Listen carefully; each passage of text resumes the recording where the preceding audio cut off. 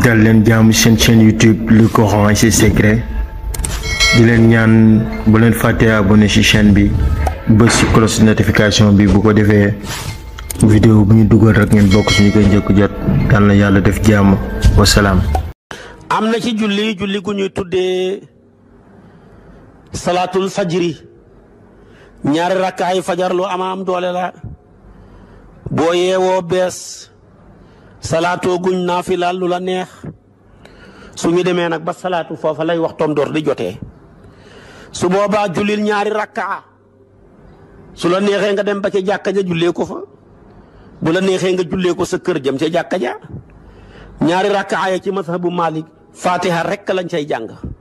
waaye boo ca dollee fatiha ak ñaari allam yi imaamu Ghazali wax na ci téere bu ngi tuddee Ihya wa Ulumuddin yàlla dana la musal ci pexeem noon dana la musal ci pexeem musiba yu bëri mooy fatiha alam nasra beneen ba nga jàng fatiha ak alam tara ci ñaari rakkaay fajar yi mooy yi ngay julli door a julli ñaari rakkaay suba yi nekk farata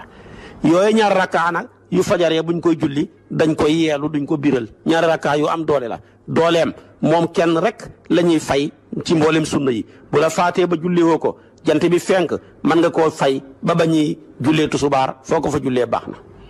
yonent bi daana wax ne sallu rakaatay fajri walaw taradatkumul xaylu dee leen julli ñaar rakkaay fajar donte da ngeen nekk ca guerre nekk ca armée ba di xeex tamit bu leen ko faat waxaat na ci beneen riwaaya ne rakaata fajri xayrun min ad-dunya wa ma fiha ñaar rakkaay fajar moo gën àdduna ak lu ci biiram kon nañ ci taxaw di ko góorgóorlu suñ mag ñeeg mën a jàngale yi dañ daan wax ne sax ñaar rakkaay fajar ku ko julliwut dee nit rek la yàlla may mu xëy julliwut ko te du dee waaye yooyu yëpp wane ne foor na rek nag ñu ne picc moo gis mu xëy dee rek fa julli ñaar rakkaay fajar xaar moo gis mu xëy dee wala nag wala gëléem te julliwut ko rek dafa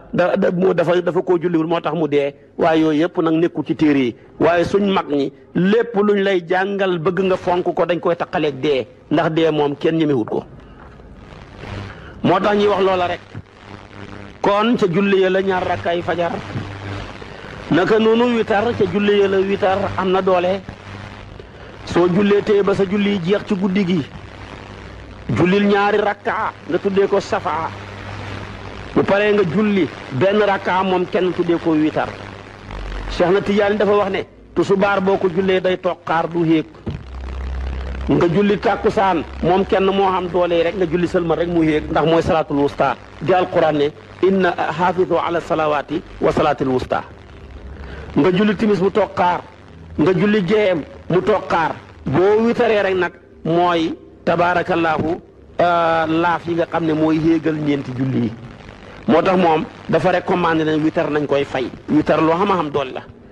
loolu lekk ndigg ci naafila guddi waay boo jullee tee gee boo mënee defal fukki rakkaa nga indi safa ak witar muy fukk ak ñett yonent bi kan naa weeru koor ak lu weeru koor mosta passé loolu Aïcha moo ko wax Ibnu Abbas ne mosta passé juróom-ñetti rakkaa ak safa ak witar muy fukk ak benn ñaari hadis yëpp wér nañ boo ko bëggee dëppale ngay wax ne bu xatul rek mu def maanaam fukk ak benn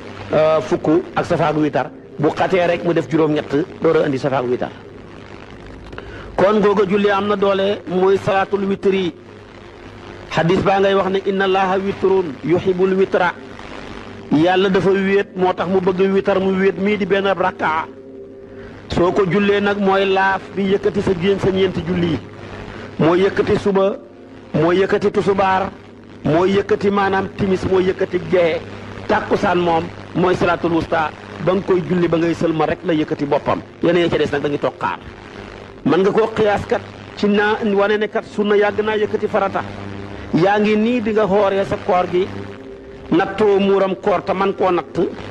koor ga dañ koy xaj ci diggante asamaan ak suuf boo nattee muuram koor rek koor ga nu muuram koor mooma di sunna yëkkati ko moo tax yonent bi sallallahu alayhi wasallam wax na ne as-sawmu mu'allaqun bayna samaa'i wal ardi ila bi adaayi sakaatil fitri